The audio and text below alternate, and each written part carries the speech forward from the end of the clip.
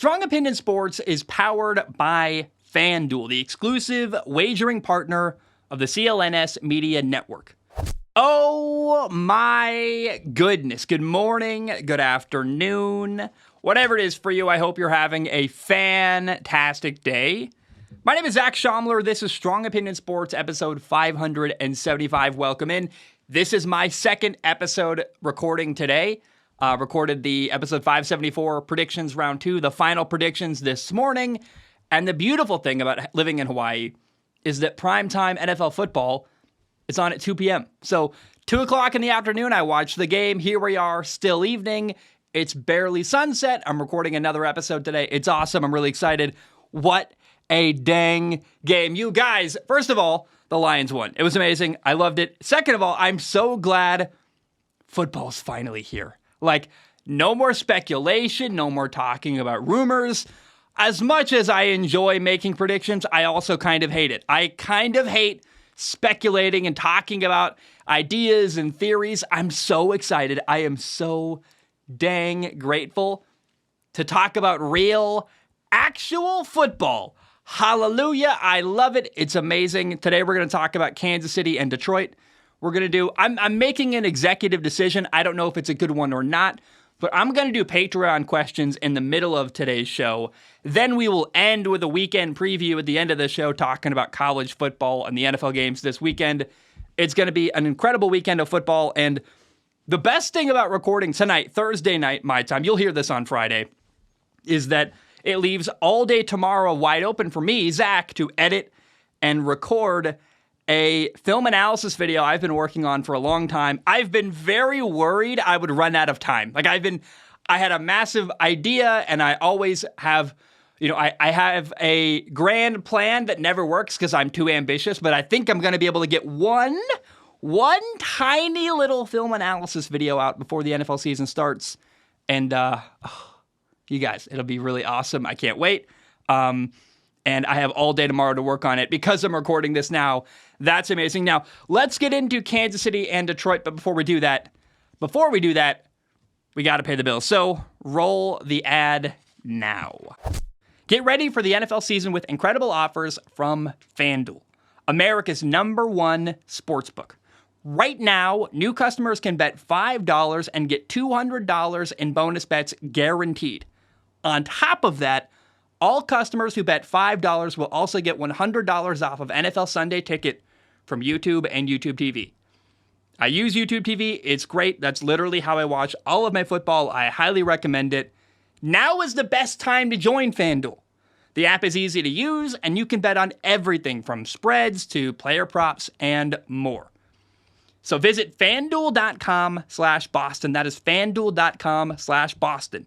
And kick off the NFL season with an offer you won't want to miss. FanDuel, official partner of the NFL. Now, you must be 21 years or older and present in Massachusetts for this to apply. First online real money wager only. $10 first deposit required. Bonus issued as non-withdrawable bonus bets that expire 7 days after receipt. Restrictions apply. See terms at FanDuel.com/sportsbook. Hope is here.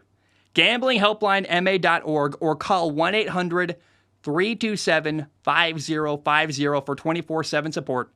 Play it smart from the start. GameSenseMA.com or call 1-800-GAM-1234. The NFL Sunday Ticket offer ends on September 18th, 2023. There are no refunds and terms and embargoes apply. $100 off of NFL Sunday Ticket, that is not $100 off of YouTube TV. The YouTube TV base plan is required to watch YouTube TV. Sunday Ticket is an add-on on top of that. You get $100 off of NFL Sunday Ticket, the YouTube TV add-on. Redemption requires a Google account and current form of payment. Commercial use is excluded. Subscription renews. Cancel anytime. All right, let's talk about the NFL season opener. It was, oh my gosh, you guys, it was so much fun to watch. It was tense. It was honestly made my stomach kind of gurgle. It was difficult. I was rooting hard for the Lions, and I at many points thought they weren't going to win. Here's what happened. The Detroit Lions beat Patrick Mahomes in Kansas City on the road in a tough environment. The Lions won 21-20. This is a massive, massive victory for Detroit. A great way to start the year. They can build momentum. A couple years ago, I watched the Cleveland Browns win a playoff game with Baker Mayfield, and I was like, oh, it's so amazing. To see a team that's been so bad for so long do well and win a playoff game, it was amazing. And then my focus shifted from Cleveland to Detroit. Now, can we get Detroit to win a playoff game? This felt like a great start to potentially doing that this year. Their offensive line looked really good. Their defensive line looked really good. It's a massive, massive victory. And it's a moment where it's like, this is the beginning of something potentially really cool going on in Detroit. Now, I want to talk about their number 12 overall pick, running back, first-round pick, rookie Jahmyr Gibbs. He, played in his first NFL game. He was okay. Jahmyr Gibbs had 7 carries for 42 yards. He caught 2 passes for 18 yards. But what we really learned watching this football game is that David Montgomery is the number 1 running back in Detroit. He had 21 carries for 74 yards and a touchdown, and he might be the number 1 back all year. We'll wait and see. I thought Jahmyr Gibbs showed he's not really ready yet. He had a nice play in open space. He's very quick. He's going to be kind of their, receiving back. And again, if you can get him in open space, he's so fast. I think he can make big plays. But 2 times in this football game, he bounced a run outside where he should have just stayed inside and hit it inside. And I thought he misread the blocks and, didn't do what they were looking for. And so it really showed David Montgomery is the number 1 back in Detroit until proven otherwise. And I'm hoping Jahmyr Gibbs can become a star and amazing and a weapon in Detroit, but we didn't see a lot of that in game number 1. Now, the 2 rookies from Iowa played very well for Detroit. Tight end Sam Laporta had 5 catches for 39 yards. He looked reliable, had good hands. He blocked really well. Rookie linebacker Jack Campbell, first-round pick, had 2 tackles. He had a nice play in coverage where he dove to knock down the ball over the middle. Made a great play there. The thing that really stands out, though, is Jared Goff, the Lions quarterback. He made a couple of really big, important throws in big moments on 3rd down. He's a great decision maker. Jared Goff, I think, is going to have a wonderful year, and I trust him. He looks different, looks more confident than ever. One thing that does kind of kill me watching Jared Goff, I have to say it, his style of play is old school, putting it as nicely as I can. He doesn't have the ability to run the ball. That's just not part of his game. And so many quarterbacks now in today's NFL can run. Even when you need to run for 10 yards, they do. And Jared Goff just isn't that guy. There was a play 4th and 2 late in the game. There was a massive lane to step up and run the ball. And that's just not a part of Jared Goff's game. He doesn't do it. That's not what he does. And to me, that's a limitation because there's a lot of other quarterbacks, both in college coming to the NFL next year and around the NFL, that 4th and 2 in that moment, they just run for 10 yards and get a first down. That's not part of Jared Goff's game. And it's a little thing, but it does feel like a subtle limitation that, they would be so much better if Jared Goff could just run a little bit and make a play here and there when he needed to. That's just not part of his game, and it does feel like a slight limitation. Now, Amon-Ra St. Brown is worth talking about. He is the, number 1 receiver in Detroit. He had 6 catches for 71 yards and a touchdown. Watching him really reminds me of Jared Goff's former teammate in LA, Cooper Kupp. He can play in the slot. He can win outside. He's electrifying. He had the first touchdown of the year in the NFL, and he was awesome. Now, the story of the game, first of all, Detroit was great win for them. I worry people are going to poo-poo the win and say, well, Kansas City didn't have their star defensive tackle. They didn't have their tight end. Sure, but let's just acknowledge, let's give credit where it's due. Detroit played really well. It's a big win for them. A lot of Lions teams I've watched in the past would not have been able to make that at the end and win that football game. And they did a couple big things. They had some big stops. They went for it. Gosh, they went for a 4th and 2 fake punt on their own 19-yard, own 17-yard line. Inside their own 20-yard line, early in the game, they ran a fake punt on 4th and 2, and I was like, I cannot believe that call. They took it very seriously. They went for it on 4th down a couple times. If you're going to beat Kansas City and Patrick Mahomes, you have to acknowledge the juggernaut you're going up against and take risks to beat them. They did that. All around, great game for Detroit. Now, Detroit aside, I still think the story of the game is that Travis Kelce, the star tight end for Kansas City, did not play. He was on the sideline watching with an injury he got in practice. And it hurt Kansas City. It hurt them a lot. The receiving core was already a concern, even with Travis Kelce. They've got a lot of young guys. The two guys I wanted to see step up were Kadarius Toney and Sky Moore. They were not only not really existent. I mean, Sky Moore was non-existent in this football game. Kadarius Toney was a massive problem. We'll talk about it in a second. Now, Marquez Valdes-Scantling had 2 catches for 48 yards. Listen to the other names who caught passes for Kansas City in this football game. Justin Watson, Noah Gray, Rashee Rice, Richie James, Justin Ross, Blake Bell. A lot of guys that a casual football fan has probably never heard of. And it was a tense, close game. At halftime, I mean, I was sweating. I'm just going to be honest here. I wanted to see Detroit win this football game. I thought it'd be a really cool moment for them. And I predicted them to win. So I'm sweating bullets at halftime. Kansas City had a 14-7 lead. Right before halftime, Patrick Mahomes put together this ridiculous drive to score to give them that 14-7 lead. I also knew, hey, they're going to get the ball to start the third quarter. And I'm like, oh my gosh, Patrick Mahomes, it doesn't really matter. And here's a note. This is exactly word for word what I wrote in my notes right around halftime. I said, I'm becoming convinced Patrick Mahomes can win no matter who he plays with. Now, turns out that's not true.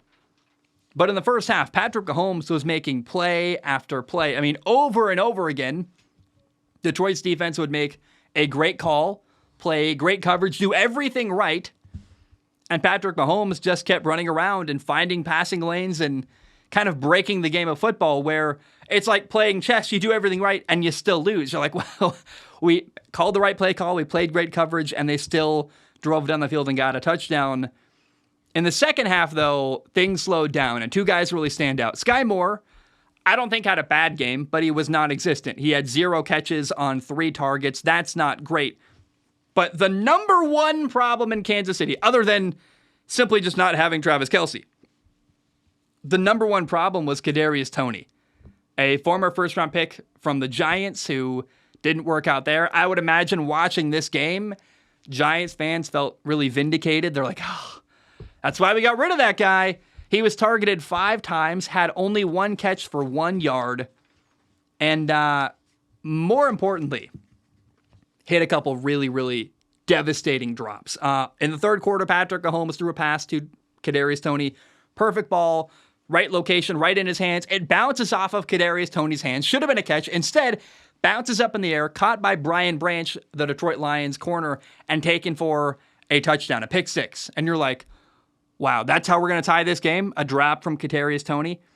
And then later on, at the end of the game, in big moments, in crucial, critical drives, Kadarius Toney had drops where he was wide open and didn't deliver, didn't make the catch. I would say really let his team down. I don't know they're going to cut him, but it's like, man, if we find out tomorrow Kadarius Toney is cut from the Kansas City Chiefs, I'd be like, not shocked. I'd be surprised because I would think they're going to keep investing in him. There's a reason they brought him in. There's a reason they kept him all through training camp. He made the 53-man roster. They see something in Kadarius Toney, but man, his confidence is destroyed. He had a couple really, really bad, awful drops where he was wide open, including one that went for a pick 6. And, Patrick Mahomes was playing really, really well, running around, extending plays, making big-time throws, and unfortunately, he wasn't getting help from his receiving core. Most notably, wasn't getting help from Kadarius Toney. That was the number one difference maker in this game. The reason why the Lions won is because Patrick Mahomes did what he had to do, but his receivers didn't step up and make plays when they needed to. Most importantly, Kadarius Toney, because he was the number one guy. Like, a couple of guys had some big catches. Rashee Rice had his first ever NFL touchdown as a rookie out of SMU. Like, some guys did some good stuff. Guys, Justin Watson made a couple big catches. You're like, who? But it was awesome, and he's been there for a while. If you know the Chiefs, you know Justin Watson. But Kadarius Toney was the one that stands out as he got targeted in big moments. And not only didn't deliver, he fell apart. I mean, it was really, really embarrassing. Another thing that was notable, though, in Kansas City, something I think you should watch for next week. Chiefs right tackle Jawan Taylor This is a big thing. If you watch football and you watch this game, you were like, hey, isn't the right tackle false starting like literally every play? He did a couple things. A, he's flinching a bunch. He's leaving early. Wasn't really called till the end of the game on a key 4th and 20. Made it 4th and 25.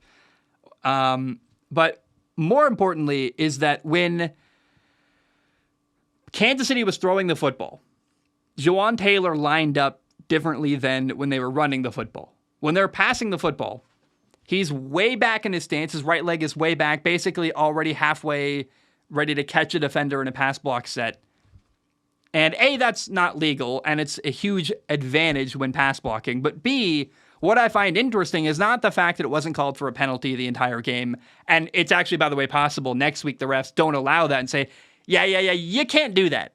We're going to call you unless you line up correctly every time. We're going to call that a penalty.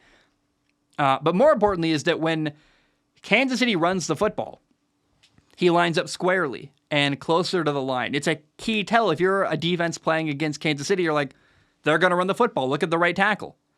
Maybe they clean things up. Maybe they talk about it in the film room. But when you watch this game, every time Jawaan Taylor's got his right foot way back and he's way off the line, by the way, in an illegal stance, but I don't want to have that argument right now.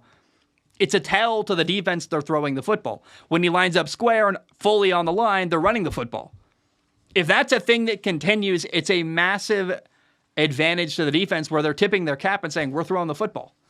Maybe it doesn't matter. Patrick Mahomes is incredible. He might be able to get away with that, but it is certainly a tell, and we'll see if that continues the rest of the year.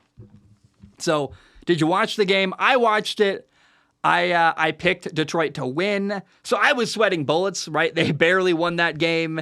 It was not a clean game. I thought Detroit could have played better at times, but what really matters is they won. And the Lions beat Kansas City and Patrick Mahomes in Kansas City. That's an amazing victory. I don't care how it happens. It's really cool to see.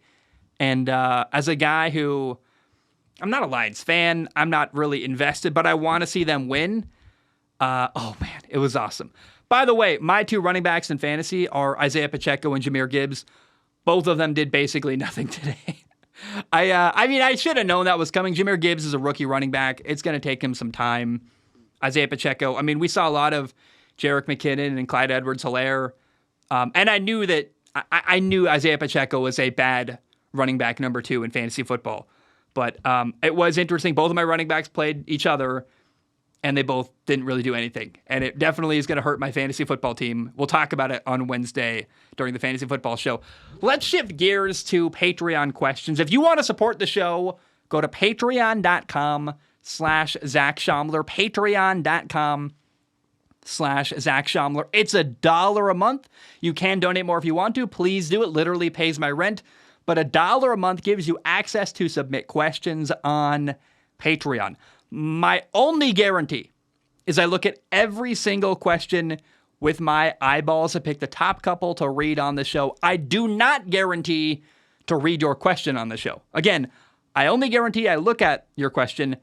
I don't guarantee to pick it and read it, but I do legitimately look at everything with my eyeballs, and that leads me to question number 1 today. Joshua writes in and says, "Hey, Zach, with the Cardinals obviously tanking and more than likely ending up with a top quarterback in the draft, where is the best place for Kyler Murray to be traded to?" So, obviously tanking. I take a bit of umbrage with that. I think they're tanking. That's my theory.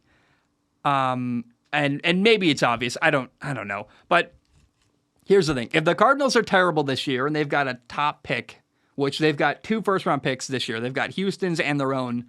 That could be 2 top 5 picks. I think you've got a good reason to trade away Kyler Murray because you can get rid of his contract. He's a guy who's been injured before. He's a smaller quarterback. He's got questions about his leadership ability. And more than that, it's just he's expensive.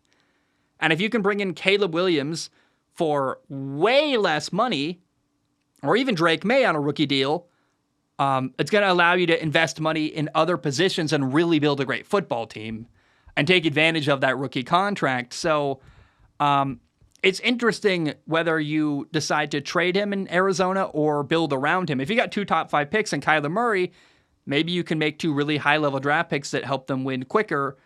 But again, it really all depends. I don't know that you're going to trade Kyler Murray away for an insane haul because the market, there's not a lot of teams that might even want to trade for him. Like, who comes to mind that might need a quarterback next offseason? Maybe San Francisco if Brock Purdy's not great, but they're not going to trade him to a team in their own division. Maybe the Rams with Matthew Stafford, but again, not going to happen. Arizona's not going to trade Kyler Murray to a division rival.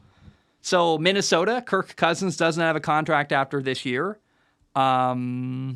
Maybe Tampa if Baker Mayfield doesn't play well. Maybe New England if Mac Jones underperforms. So I've come up with the Patriots, Denver, Atlanta, and Washington as teams that have uncertainty at quarterback, and then two teams that I think might really need a quarterback. Tampa has Baker Mayfield, we'll see, and Minnesota may not have Kirk Cousins in 2024.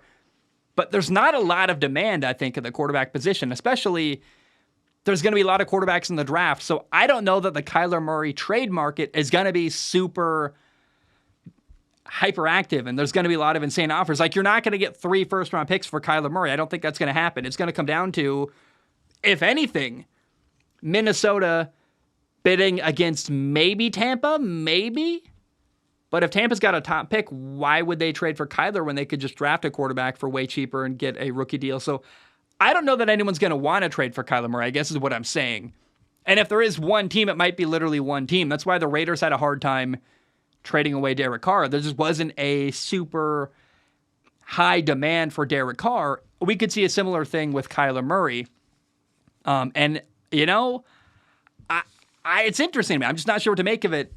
I think if anywhere is a team that could need a quarterback that might trade for Kyler Murray, it's Minnesota, because they're going to be a good football team, I think. Not great and not a playoff team, but my prediction is the Minnesota Vikings are going to go 9-8. They're not going to have a top pick in the first round to go get Caleb Williams or Drake May or I think even Bo Nix or whoever else is out there. So they might trade for Kyler Murray to get a more sure bet at quarterback. But there's not going to be a crazy big trade market for Kyler Murray, I believe. Now, question number 2 comes from Caleb. Caleb writes in and says, "Hey, Zach, I am curious if you listen to any sports podcasts, especially now that you are embarking into the addicting world of fantasy football." No, I don't. Maybe I should, but I really... I saw a video the other day called... I can't remember who it is. It's someone I know, I think I've interacted with, but it's a video, Aaron Rodgers doesn't throw over the middle. And I was like, ooh, maybe I should click on that, and maybe someday I will, because I do have a concern. I hesitate. What if I miss an important argument that I should listen to that would make my show better and my football knowledge better, right? I'm always trying to learn more about the game and have better understanding of what's going on and listening to what other people are saying. It does matter, but I also, on the other hand, I really want my show to be unique and my takes to be my takes, not anyone else's. And so, if you ever, I get accused occasionally of copying people, but I know for a fact that's nonsense because I haven't listened to any other sports content in a long, long time. I guess I watch Marcus Whitman occasionally, friend of the show, good friend of mine, trying to support him. And I like what he does. And I like to talk about, when he comes on my show, I watch what he's made recently and ask him about it because it makes for better content. But I really go out of my way to not watch other sports content because, again, I don't want my opinion kind of tainted with other people's opinions also in my head. Again, if you accuse me of copying, I know it's not true because I'm just not watching other people's sports content. But I want to repeat that hesitation of mine as well. What if I'm missing a key detail that would make my show better and make my audience more informed? So I've always gone back and forth on that, but I don't plan on listening to other sports media anytime soon, especially not in fantasy football. I want to learn my own lessons in fantasy. I want to build my own philosophy on how I approach fantasy football and learn things my way. I don't really want to hear other people's opinions that, frankly, I don't respect. Fantasy football analysts aren't, in my opinion, real football analysts. They're analyzing for a very specific thing, and that's just different. And I don't care. And I want to do it my way myself. I don't want anyone else's influence over me. When I have free time, I watch space videos on YouTube. I watch a lot of stuff. There's a video I watched the other day. I think Astrom is the guy's name, about Pluto and how they think Pluto has an ocean under the ice, and there might be life on Pluto. Like, I love that kind of stuff. I'm always interested in space and other habitable planets we know about. And I am so sad I was born in 1997, because I'll never know what it's like to travel space. I was born maybe 3,000 years from now. We might have light speed travel and be able to do crazy stuff in space and go really long distances to other planets. I'll never be able to do that. That makes me really sad. My favorite podcast in the world is Sacred Symbols, a video game podcast. I love video games. I love movies. I love science. I love philosophy. As an enjoyer of content, I don't watch sports content. I watch sports. I watch the TV broadcasts, and I'm deep in the weeds doing that. I watch a lot of film. I watch a ton of football, but I don't watch sports content. Again, if I'm watching any kind of content, it's about space or philosophy or video games or movies. And really not movies. I watch movies themselves. I don't want to watch other people talk about movies, although I myself would love to do a movie podcast for me, which is part of why I don't listen to the guy who does Sacred Symbols does movie reviews occasionally on another show, Knockback, and I don't listen to them because I don't want his opinion tainting mine. It's that same thing. If it's a style of content I plan on making ever, I don't listen to it because I don't want this cross-pollination of what I believe getting influenced by what other people are saying. So that's my long-winded answer to that. Clayton writes in, this is an amazing one. Clayton says, I was stoked to hear from last episode that you're a fellow video game enjoyer. Maybe you've mentioned it before, but I missed it. I'm a developer at a game studio, Monolith Productions. They made the Lord of the Rings games, Shadow of Mordor and Shadow of War, before my time there. And we're working on a Wonder Woman game right now. Dude, that's so cool, Clayton. I love you forever. That's amazing.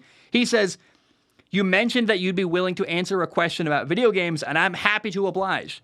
What are your 3 to 5 favorite games? Doesn't have to be in order, and not necessarily what you think the, quote, best games are, just ones that you have the most personal connection to. I always love to hear people's answer to this question because it can vary so much from person to person based on when they started playing, what consoles they had, and what their friends or siblings played, etc.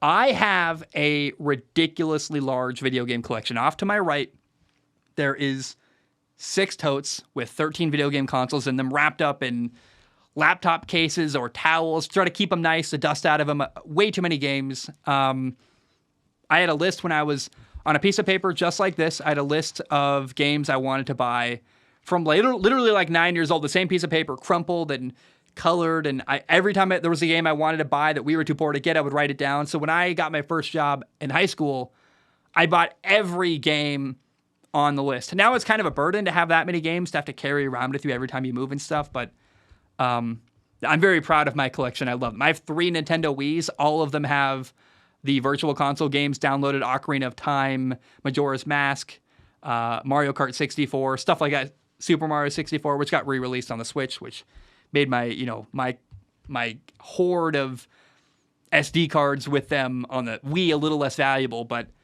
my favorite game of all time is Horizon Zero Dawn, the PlayStation exclusive. I prefer the first one. There's a tripwire feature that's a little more fun than the second one, but the second one's also amazing. Horizon Zero Dawn is my favorite game because it blends other games I really love. It takes the story and conversation of Mass Effect, the open world feel of Tomb Raider, and the vibe of exploring and using a bow and arrow. I love, by the way, in video games when you have a bow and arrow. And then it also merges like the gameplay of Doom 2016 where you're fighting these colossal, massive things and it's really high paced. And so combining the gameplay, the story, and the adventure aspect makes Horizon Zero Dawn my favorite game of all time. The story's amazing. I love exploring the world. I love finding the collectibles. I love using the bow and arrow.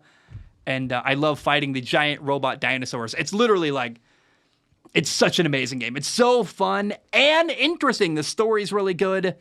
One of my other favorite games of all time, a game I've played this game probably 15 times. It used to be my favorite game of all time. It's Jak and Daxter, The Precursor's Legacy, the very first Jak and Daxter game back on the PlayStation 2.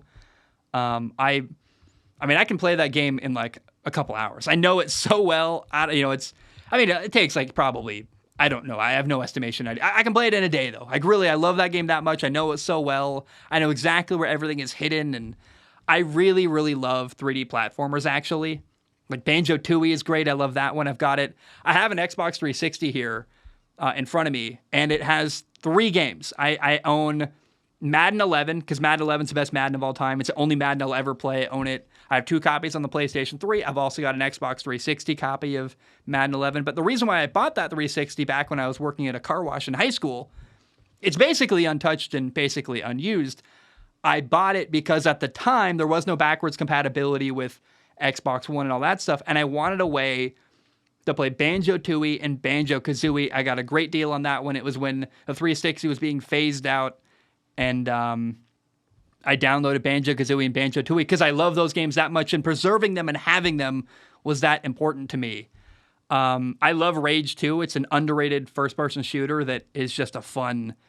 The story's garbage. The open world's interesting, but the gameplay, the power-ups they give you, Rage 2 is phenomenal.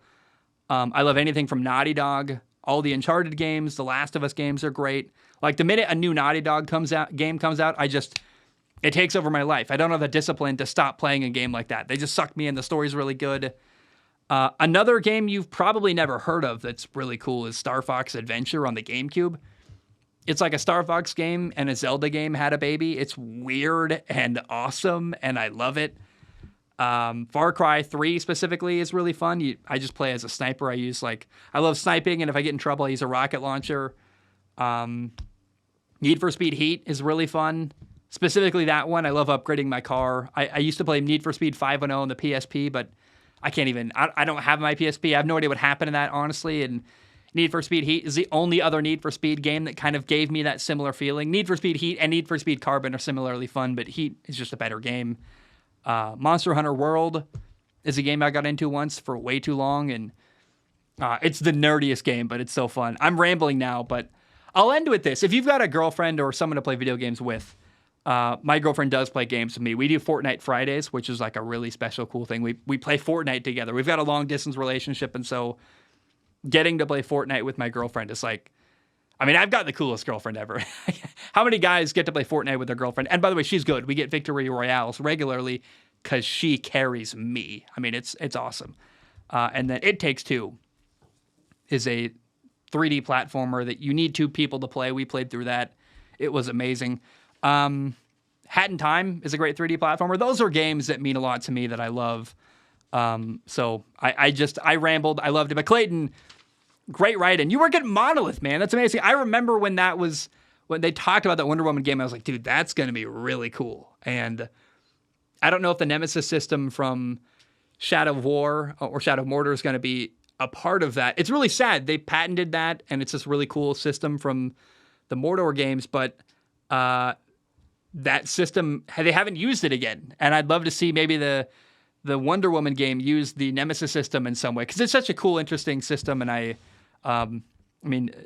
guess you were not there when they made them, but the Middle-earth games, Shadow of War, Shadow of Mordor, are also, they're like a better version of Assassin's Creed. They're stealthy and interesting and really fun. I love games, and I never get an outlet to talk about it. So thank you to who wrote that in. That was Clayton. Thank you, man. And if you want to ask me questions non-sports related, I will answer them. I'll probably save them for the end of the show and bury them. That way sports people aren't annoyed. But I love going off on tangents. It's really fun. Mitch writes in. Mitch says, Zach Schaumler, first of his name, caster of pods, holder of opinions, pundit of the great game of football. That's an interesting one. I'm going to read that one more time. I like that. Zach Schaumler, first of his name, caster of pods, holder of opinions, pundit of the great game of football. It's like a Game of Thrones entrance. After watching the absolute beatdown of Oregon over Portland State, I was wondering, how do you or would you coach your team if you were coaching, if you were the coach of Portland State, going into a game like that one they just endured against Oregon? I can't imagine there is much hope of victory in such a mismatch, so I'm curious to hear your thoughts. P.S. I am absolutely a Portland native and, in fact, worked 2 summers at Oaks Park. LOL. So Oregon just beat the living tar out of Portland State 81-7. And there was even a report, like Bruce Barnum said in an interview, that one of the Portland State players had like part of his ear ripped off and had to have it stitched up and go into concussion protocol. I have never been a part of a game like that. 81-7. Little fun fact, by the way, Bruce Barnum is the head coach at Portland State. His son, Brody Barnum, was my backup when I played high school football. I love that program. He didn't recruit me probably because I was too small and I played Camas High School and got hit really hard and I was really sick. And I probably took a couple hits where I laid on the ground, like feeling sorry for myself. I think that was a turnoff for him. I probably looked like a wimp in that game. What do you do if you're Portland State playing Oregon, you're about to lose 81-7? What do you do as a coach? I think you do your best to create a good game plan. If you've got no chance, you got to be honest about it. I guess all you can tell your players is like, hey, we're going to use this as an opportunity to get better. You're going to get challenged. You're probably going to get beat. Let's do the best we can. I don't know that you can admit that because it's just not smart, and you're asking for a beatdown if you tell your team you're going to lose. But I had a coach in one game where we were outmatched, and my coach said, if we executed at a high level, we got a great game plan here. We got to play mistake-free football and execute, and if we do that, we got a shot to win. We're going to win, but we got a shot to win. And at halftime, we led 17-14. It was a really big game. Actually, it was that Camas game I was talking about. We were in it. We had them, and in the second half, we didn't execute. The game got away from us. But sometimes you can steal a win even if you're outmatched against a better football team with good execution and good play design and a great game plan. It sounds like no matter what Portland State did, that was not going to happen. They were just physically outmatched. And in a game like that, you got to be honest with your players. I don't even know, like, what do you do? Like, do you start your starters? Because that's going to give you your best shot. But then you don't want to get them hurt. But if you put in, like, the 19-year-old freshman kids, then they get hurt. You're an asshole. So it's all bad. I don't know what I would do there. But honesty probably is important in that scenario. Davis writes in. Davis says, Cam Ward looks good today. I want to remind everyone, Zach was the first one on the Cam Ward hype train in case big media tries to start the train. Washington State quarterback Cam Ward is talented enough that if he was at a better program, he could win the Heisman Trophy. If he had more exposure and more people paying attention, I think Cam Ward's talented enough to win a Heisman. When I watch him play, I see an NFL franchise quarterback. He is so good. He can run around. He can extend plays. He's got a great arm. I like you saying I was the first because I was first. I really saw him last year. Was like, this guy's amazing. He reminds me of Patrick Mahomes, where he can run around and extend plays and just make the defense wrong. Even if you, as a defense, make the right play call, you play great coverage, he can run around and keep a play alive long enough to just make you wrong and kind of break the rules of football. And similar to Patrick Mahomes, I've seen Cam Ward convert some really insane third downs where you're like, that's 3rd and 22 and he threw a touchdown. How is that possible? That should never happen. And he does stuff like that where he runs around and makes a big play. He's got a great arm. And this weekend, Washington State will host Wisconsin in Pullman, place where I went to college, did a lot of fun stuff on the sidelines there. Big opportunity for Cam Ward in this game to show what he can do. And maybe the national audience, I don't mind. I want people to know about him. It's like when we're not talking about, when like your favorite band, my favorite musician is John Bellion. I love him. I want the world to see him. I don't care if he becomes mainstream because it means more money for him and I love him. I'm not one of those guys who tries to gatekeep people that I love or know about.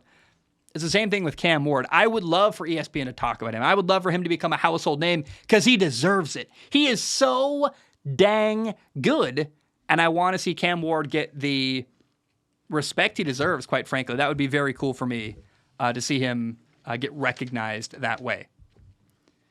Now, SDS 4800, he says, name pronunciation is SDS 4800. He specifically wrote that, which means, hey, SDS, are you an AI? What do you mean that's your name? That's kind of, and why are you telling me how to pronounce it? Why can't I say 4800? Why can't I? Again, are you an AI? What's happening there?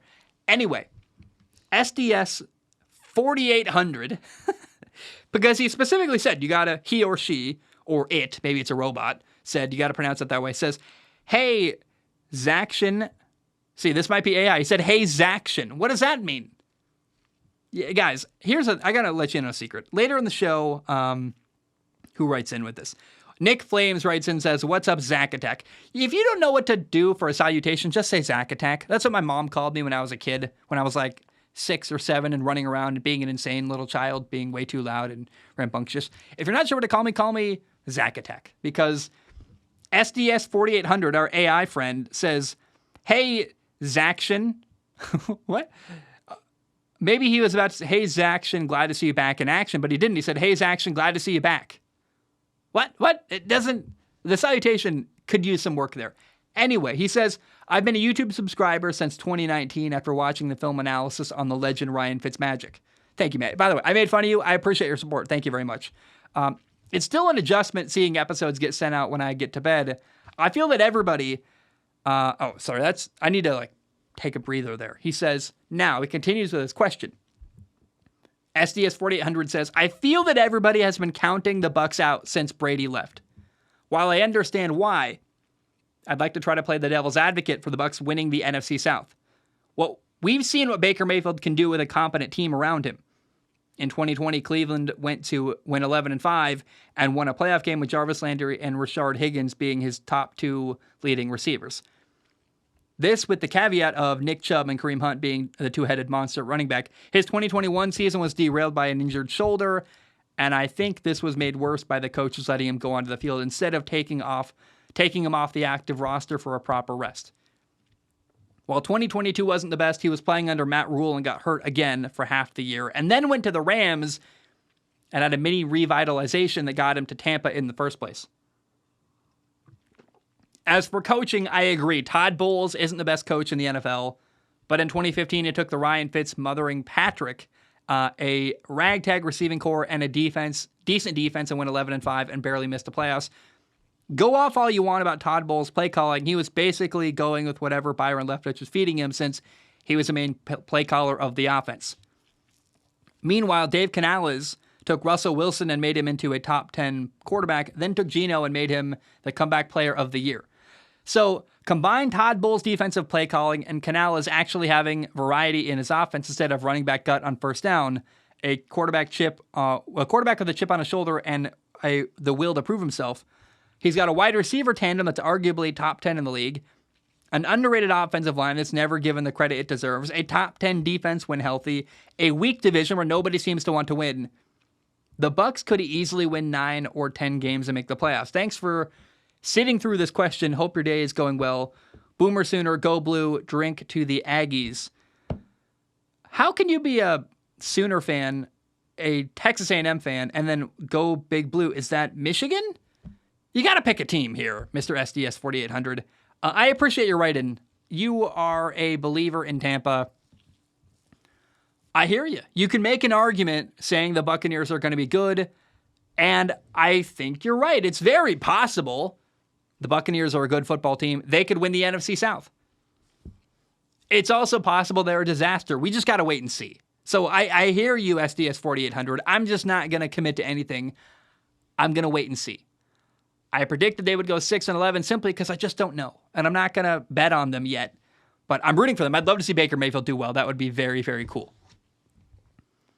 Misael writes in, says, yo, Zach, I'm an Arizona Cardinals fan, which explains my lack of a witty intro. By the way, you said name pronunciation, Misael. I know how to read. I'm cultured, man. I know how to look at your name and pronounce that. I appreciate the pronunciation help, which people can always do. But, also, no, I guess you did the right thing. You included the pronunciation parentheses, and that's good. You should always do that with me, please, actually. I should encourage more of people doing that if you want me to pronounce your name correctly, but I've read that and was like, I know how to say Misael. Anyway. He says, I agree that the Cardinals are tanking in the sense that they're getting rid of players that don't fit their rebuild year plans. DeAndre Hopkins didn't want to be here, rumored, and cutting him was the best way to save cap space since no one wanted his contract. Thanks, Steve Keim. General manager Monty Ossenfort is accumulating draft picks for next year, and hopefully they get 2 top 5 picks. I know you think some moves are tanking, but let me explain why they're not. Number 1, Colt McCoy's arm was dead this training camp. I believe he injured it last year, but there were reports he was doing horrible in practice, The preseason games were pretty much confirming that. It also explains the Josh Dobbs move as a GM got a quarterback who's familiar with the offensive coordinator while the 5th-round draft pick Clayton Tune develops in the system. Trading away Isaiah Simmons and Josh Jones were to accumulate more draft picks next year for players on a contract year that definitely weren't coming back. Simmons is athletic, but he was usually lost on defense. He was always playing his catch-up with who he was defending. I wish him nothing but the best, though, as I wouldn't be surprised if it also... Gosh, this is so long. It's a lot. I wouldn't be surprised if it was also the previous defensive coordinator playing him incorrectly. Josh Jones is horrible at guard, okay at right tackle, and solid at left tackle. Paris Johnson Jr. will most likely be moving to left tackle after DJ Humphries is probably let go after this year. I think Josh Jones may be a victim of the new regime not wanting to pay an old regime backup next year, so the GM wanted to gain a draft pick. He continues, says, and this is long. If anyone's listening and bored, you can skip ahead, but I think it's interesting to hear a Cardinals fan defend the moves the Cardinals are making. He says, one thing I disagree on is Kyler Murray. I think he definitely plays this year. The view of him is currently low. He has great talent and athletic ability, but coming off an injury that usually mentally... What is this? What is he saying? He has a great talent and athletic ability, but is coming off an injury that usually mentally stifles athletic ability when it heals due to the trauma of said injury. He's stigmatized. Kyler is stigmatized as a short quarterback who doesn't watch film. His first and only playoff game so far ended with him pouting on the sideline and taking himself out of the game. If they're going to trade him, it's more profitable. He increases his trade value by playing, in my opinion. The staff is trying to win while the GM is trying to fill the void of quality players that Steve Keim left in his wake. It can't be done in 1 year, so I see it as they're trying their best with the crappy team they've inherited. Let me know your strong opinion on this take. Thanks for the content, mahalo. That was very long, Misael, but here's what I'll recap and say. I like Josh Jacobs over Colt McCoy. That was a good move. Although I understand trading for players. Trading away a player that is just going to leave in free agency is a good move because you're going to get something in return for them instead of them walking away. But I don't know that getting a 7th-round pick for Isaiah Simmons is exactly accumulating good draft picks. It's something, but a 7th-round pick for Isaiah Simmons who has potential is kind of weird. If Kyler Murray plays badly,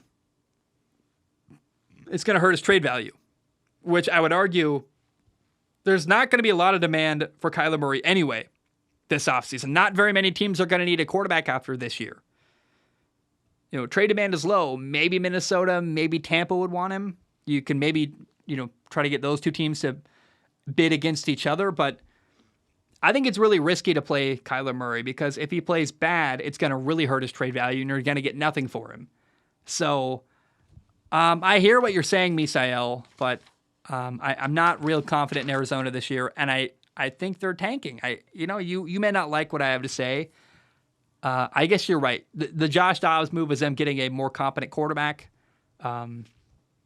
Trading away the players they did was to accumulate draft picks. I understand that as well. They didn't want to pay either of them and keep them long term. But we really disagree about Kyler Murray. I'd be surprised. I don't know. I guess I don't know. I don't know what to make of Kyler Murray playing. It doesn't feel like he's going to play, and it would be unfortunate if Arizona played Kyler Murray this year and then he was a huge dud and hurt his trade value. NickFlames right in said, "What's up, Zack Attack?" I love that. Again, that's a nickname my mom gave me, Zack Attack, when I was a young child running around being chaotic. I like that.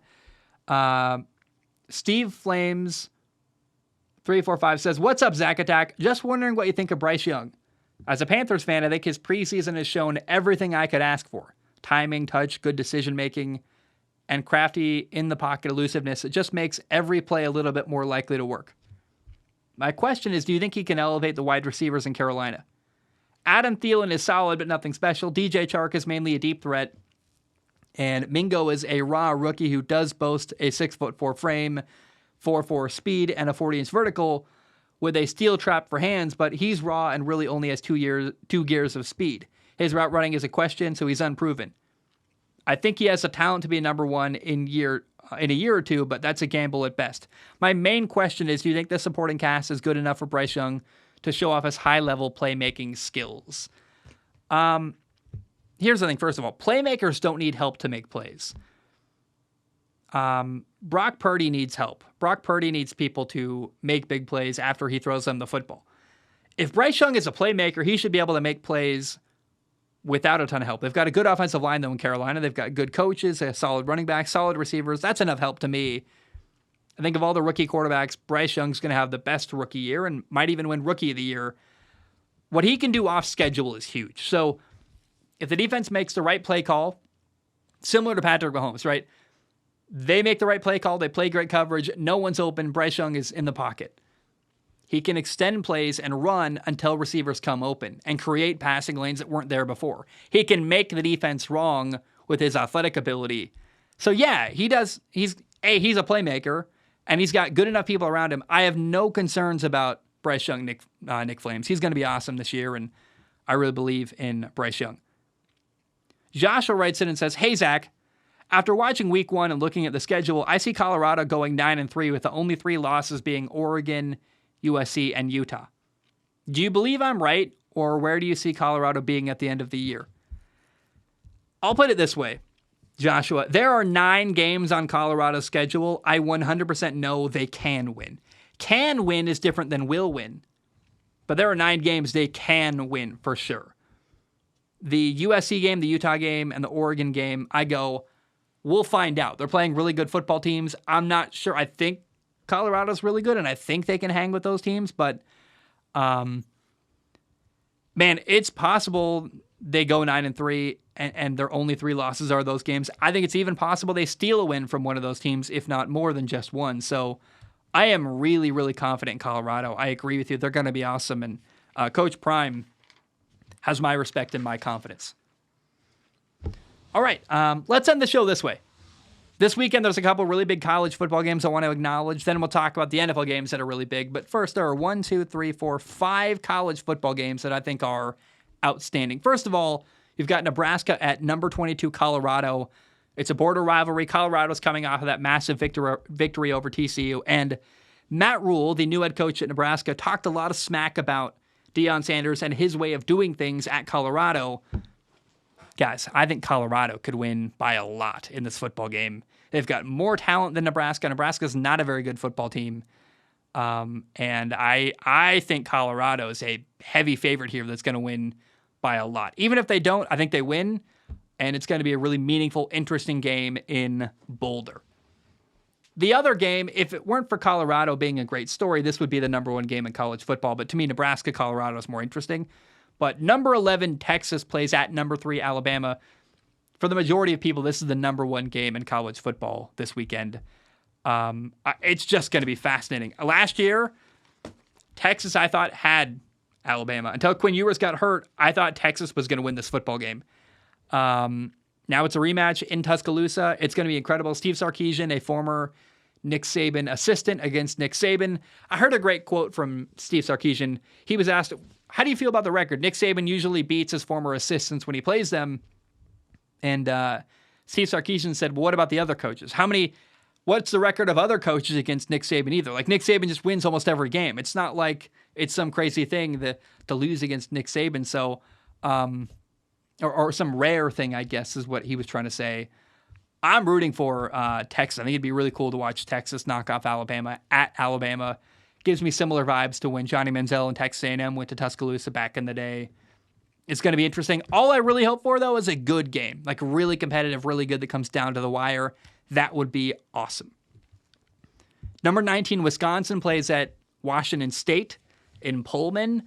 I said it earlier in the show. Washington State quarterback Cameron Ward. Learn the name. I've been talking about him since last year. He is incredible. And I am hoping this is the game that allows Cameron Ward to get national attention because he deserves it. He's an incredible player. He should be on SportsCenter. He should be on ESPN. I hope he makes a bunch of big plays and grabs people's attention because he is a really, really good and a high-level playmaker in college football. Number 13, Oregon plays at Texas Tech. It's interesting for this one fact. Oregon's going to play against their old quarterback, Tyler Shaw, who transferred out a couple of years ago now. Tyler Shaw playing against his former team, Oregon, and Oregon's a number 13 ranked team in the country. By the way, Texas Tech just had a horrible loss on the road at Wyoming in double overtime. Oregon's coming off of an 81-7 victory over Portland State. I think Oregon wins. probably easily, but I would also be curious because Texas Tech got embarrassed last weekend.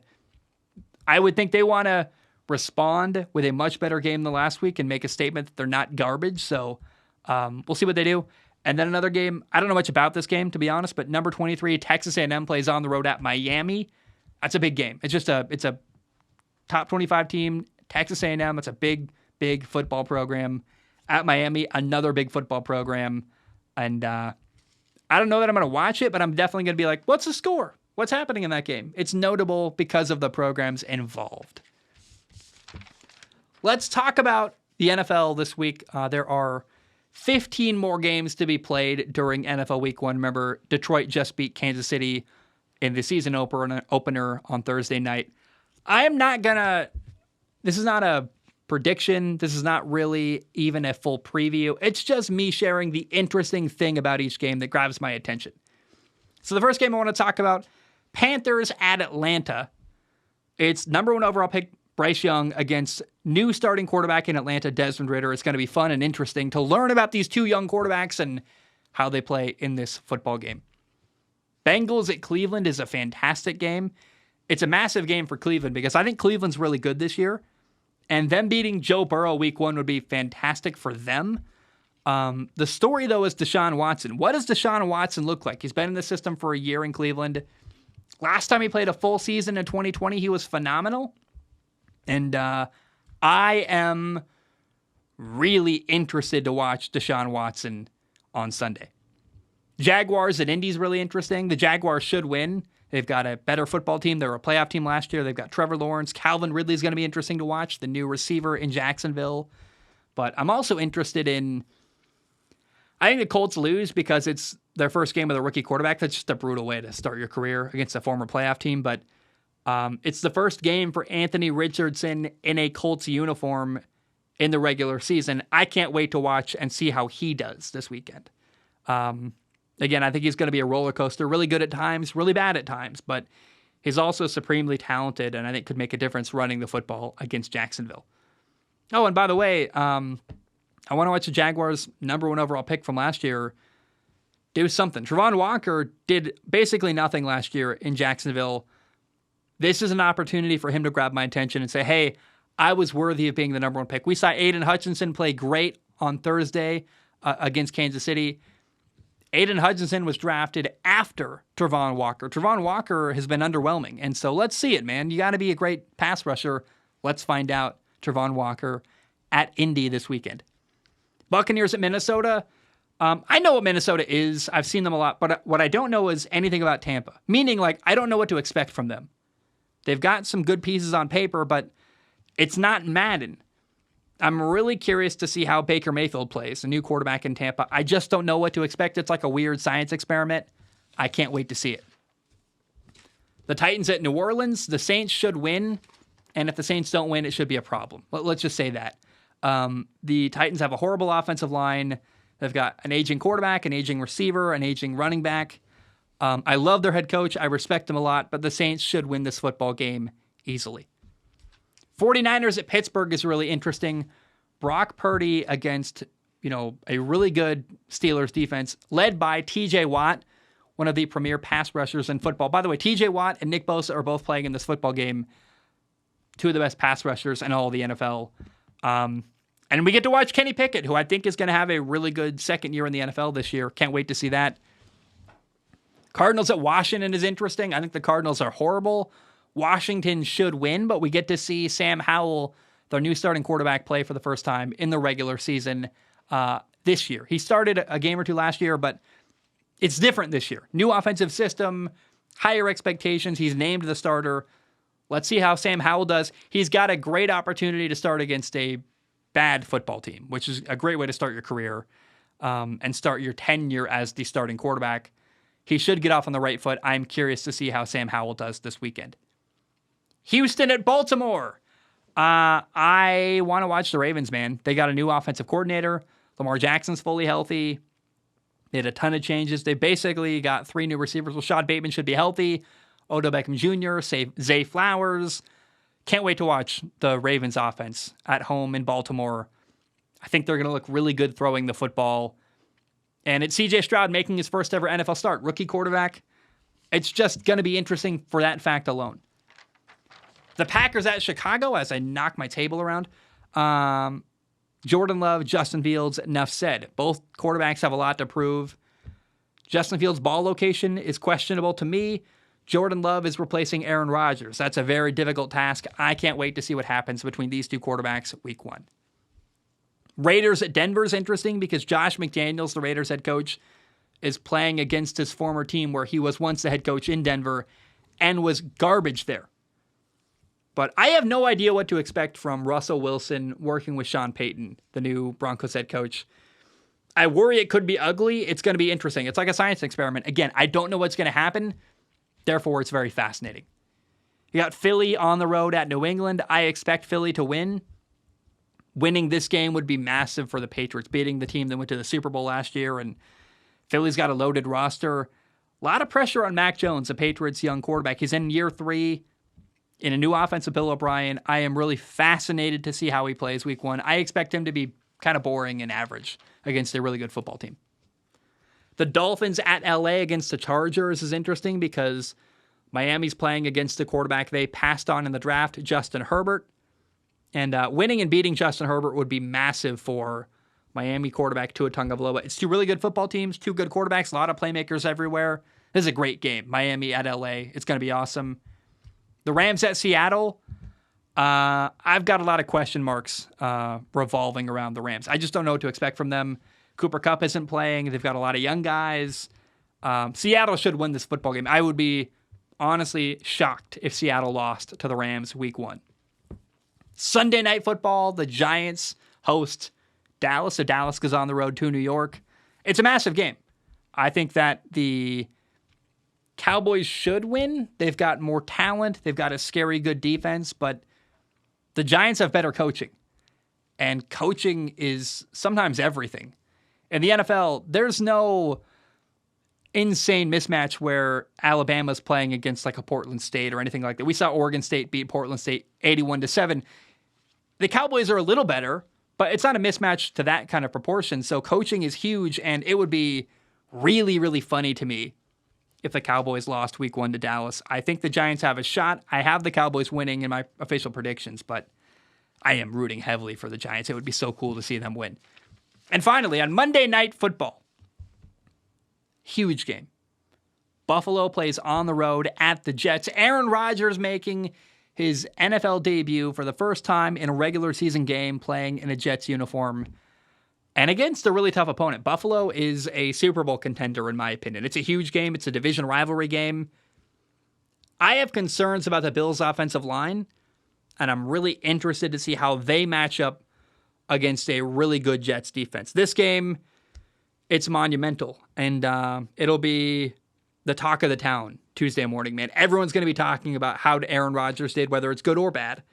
And I frankly can't wait to see what happens on Monday Night Football between Buffalo and the Jets. Guys, I love you. I appreciate you. Hope you have a great day. I'm going to watch film. Actually not. Film watching's done. I've got one more game to watch of Kenny Pickett. Basically, I feel like I know everything.